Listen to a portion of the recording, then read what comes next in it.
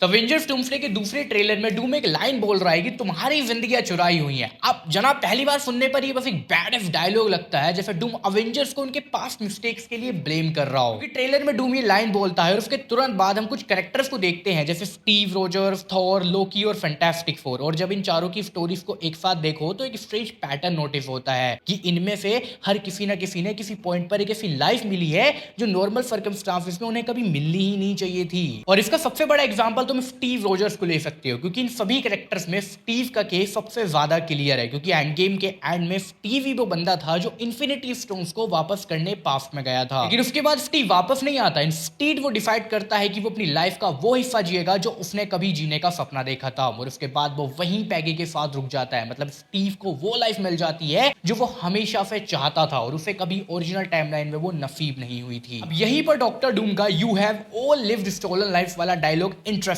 होना स्टार्ट हो जाता है, क्योंकि स्टीव की ये जिंदगी ऐसी जिंदगी थी जो ओरिजिनल टाइमलाइन में उसके लिए एग्जिस्ट ही नहीं करती थी। इसीलिए अगर स्टीव को डूम के नजरिए से देखा जाए तो भले ही स्टीव ने पास्ट में जाकर एक नई जिंदगी शुरू की जहां उसके पास पैगी थी, एक फैमिली थी, लेकिन ये वो जिंदगी थी जो स्टीव पहले ही सैक्रिफाइस कर चुका था। इसलिए डूम के हिसाब से ये एक चुराई हुई जिंदगी थी, क्योंकि स्टीव ने अपनी ओरिजिनल स्टोरी को एक्सेप्ट करने की बजाय एक दूसरा रास्ता चुना जो कि डूम के दर्द की वजह बना। अब ऐसे ही स्टोरी में थोर भी आता है, क्योंकि उसकी कहानी में भी एक ऐसी चीज है जो डूम की बात को और भी ज्यादा इंटरेस्टिंग बना देती है। मैं बात गोर की बेटी लव की कर रहा हूं, जो कि ऑलरेडी मर चुकी थी, लेकिन जब गोर इटर्निटी तक पहुंचता है तो उसे एक विश मांगने का मौका मिलता है, जिसमें वो अपनी बेटी लव को वापस मांग लेता है। और यहीं से हमारे थोर मिया की लाइफ कंप्लीटली चेंज हो जाती है, क्योंकि अब उसके पास एक बच्ची है जो ओरिजिनली कभी थोर ने पाई ही नहीं थी। लव की पूरी एग्जिस्टेंस ही गोर की उस एक इच्छा की वजह से पॉसिबल हुई थी। और इसीलिए अगर तुम दोबारा से डूम के वर्ड्स को याद करोगे जहां वो स्टोलन लाइफ बोल रहा है, तो उसका एक मतलब थोर से भी हो सकता है, क्योंकि थोर को भी एक ऐसी जिंदगी मिली हुई है जो तब पॉसिबल हुई थी जब गॉड ने विश मांगी थी। मतलब थोर के लिए लव एक मिरेकल है, लेकिन हमारा डूम शायद मिरेकल्स में बिलीव ही नहीं करता, क्योंकि उसके लिए अगर कोई जिंदगी अपनी जगह से हटकर एग्जिस्ट कर रही है तो वो डूम के लिए एक चुराई हुई जिंदगी है। इसलिए अगर यही डूम का लॉजिक है तो फिर इस कहानी में लोकी का केस भी और ज्यादा क्रेजी हो जाता है, क्योंकि अगर स्टीव की लाइफ और लव की एग्जिस्टेंस को डूम चुराया हुआ मान रहा है तो लोकी का केस भी बहुत ज्यादा डिस्टर्बिंग हो जाता है। क्योंकि लोकी की स्टोरी शुरू ही एक ऐसे मूवमेंट से होती है जहां उसकी लाइफ को कंप्लीटली एक अलग डायरेक्शन मिल जाती है। याद करो एंड गेम में जब 2012 वाला लोकी टेफरेक्ट लेके एस्केप करता है, तो टेक्निकली उस मूवमेंट के बाद जो लोकी हम देखते हैं वो वाला लोकी नहीं है जिसे हम ओरिजिनल टाइमलाइन में जानते हैं, क्योंकि उस एक छोटे से डिवीजन ने एक नई ब्रांच क्रिएट कर दी थी और उस ब्रांच में लोकी की पूरी लाइफ ही बदल चुकी थी। वो टीवीए पहुंचता है, अपने फ्यूचर को देखता है और अपनी पूरी गलतियों को समझता है, और फिर धीरे धीरे वो लोकी बन जाता है जो दूसरों को बचाने के लिए अपनी पूरी एग्जिस्टेंस को ही सैक्रिफाइस कर देता है।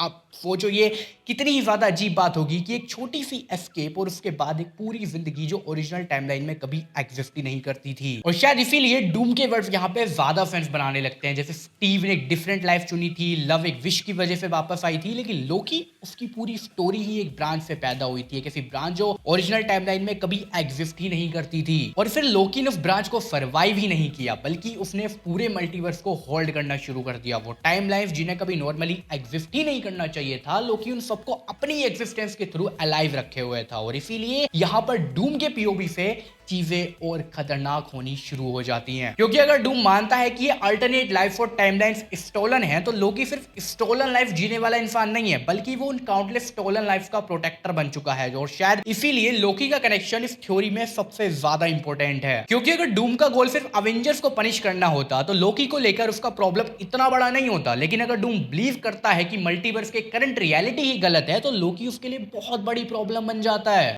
अगर तुम अभी तक पैटर्न नोटिस कर रहे हो तो तुम्हें ये बात पता ही चल गई होगी कि स्टीव को एक ऐसी लाइफ मिली है जो उसकी ओरिजिनल स्टोरी में थी ही नहीं। लव को सेकंड चांस मिला जो गोर की विश के बिना पॉसिबल ही नहीं था, और लोकी जो एक ऐसी ब्रांच से आया था जहां उसकी पूरी स्टोरी ही अलग डायरेक्शन में चली जाती है। लेकिन फिर स्टोरी में आते हैं फैंटास्टिक फोर, और सच बताऊं तो यहीं पर थ्योरी थोड़ी ट्रिकी हो जाती है, क्योंकि रीड, फुई, जोनी और बेन ने एग्जैक्टली क्या चुराया है ये ट्रेलर अभी क्लियरली नहीं बताता, लेकिन उन्हें डूम के डायलॉग के साथ दिखाया जाना काफी ज्यादा इंटरेस्टिंग बन जाता है। क्योंकि फैंटास्टिक फैंटास्टिक फोर की दुनिया ऑलरेडी नॉर्मल एमसीयू की टाइमलाइन से अलग लगती है। उनका अपना खुद का वर्ल्ड है, अपनी खुद की हिस्ट्री है और सबसे इंपॉर्टेंट कि डूम खुद उनके यूनिवर्स से बिलोंग करता है। इसीलिए हो सकता है कि चुराई हुई जिंदगियों का मतलब यहाँ किसी एक कैरेक्टर की पर्सनल हैप्पीनेस ना हो सकता है कि डूम उनकी रियलिटी की ही बात कर रहा हो। मे बी उनकी दुनिया में कुछ ऐसा हुआ हो जिसकी वजह से वो रियलिटी एग्जिस्ट ही नहीं करनी चाहिए थी, या फिर डूम मानता है कि फैंटास्टिक फोर के लिए ये लाइफ, ये फ्यूचर किसी और पॉसिबल रियलिटी की जगह ले रहा हो। और अगर जनाब ऐसा सच में है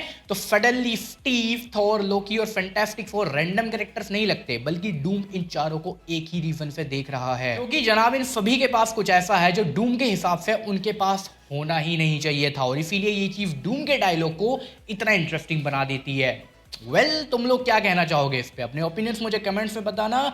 मिलता हूं नेक्स्ट वीडियो में, जब तक के लिए बाय बाय, टेक केयर।